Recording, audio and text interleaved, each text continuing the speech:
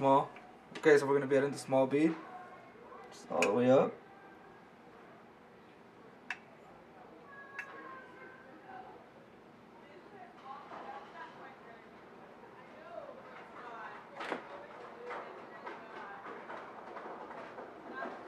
There it is.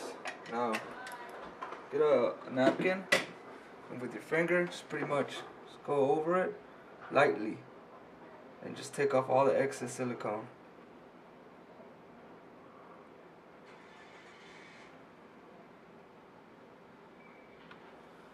There we go. And we're going to be doing that to all the sides, all the edges. Okay, so there it's done. As you can see, I messed up here. I was doing the glass lid when I was putting it in. Got all this on the side. But like I said, it's not a problem. Once it's dry, see, then get the blade and just clean it all up. But I got all the edges done. I don't know if you can see that. Sealed. So now I'm going to wait about half an hour. Let it dry a bit, and then we'll start adding all the baffles in. Okay, so I waited about half an hour, and I've gone through and measured and marked off 9¼ inches, which is going to be my sump, which is my wet dry area. Now, like I said before, the glass is 1/4 inch glass, so I want this area to be 9 inches, so I measured it off at 9 1/4. Now I'm going to be using these small pieces, tool them together. Gives you, they're both 1/4 inch, so they'll give you 1/2 inch. That's how much I want it off the bottom, my first piece. So I'll just be sticking this right there, and that'll give me my 1/2 inch that I'm looking for. And I'll just slide the piece in, and then put silicone on both sides. Clean it up with the finger like always. Alright, so let's get that going. Alright, so we're just gonna slide this in.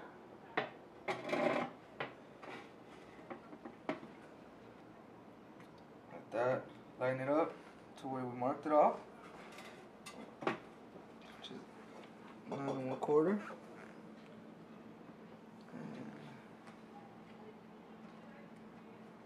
Sure you triple check if you have to. Just lined up evenly.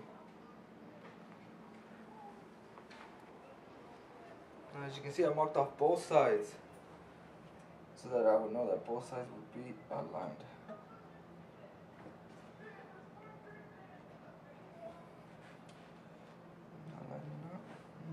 And there we go. So the reason I left a 1/2 inch at the bottom is because it will serve purpose as a bubble trap. Bubbles will rise, not many bubbles will get through. Okay, so it's done.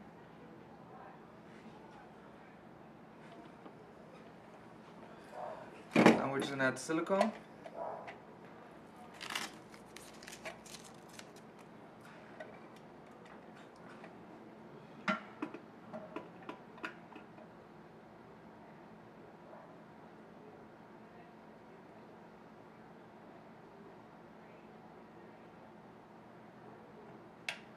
I'm gonna add silicone on all 4 sides.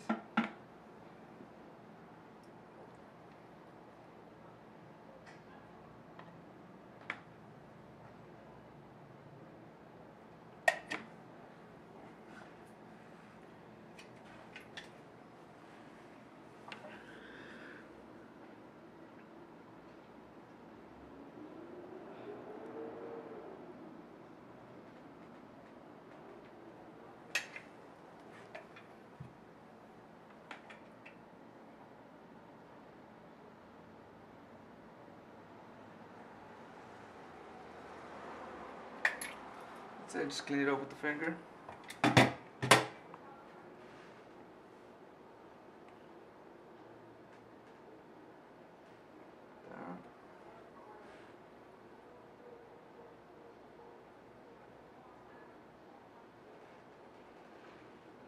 That. Okay, so I've gone and put baffles on both sides. Now this side will be my trickle side. And water will flow through the bottom. I'm gonna add another baffle here, flow through the top into my refugium. I will add another baffle here that will flow underneath, work as another bubble trap, and then a third baffle here. And then this side will be my return side. And I just have to wait for it to dry a little bit before I can take those bottom pieces out, so it'll hold up on its own, so I can add the other baffles. I can start adding this baffle on this side. I'm going to separate them, I believe, 1 inch from each other, on all of them. So I'll get started on this one at least. And oh yeah, I saw how I made a mess here, but like I said, it's not a problem. You just grab a blade and just scrape it off like I did here. Once it's dry, it's even easier. That blade, it just peels right off.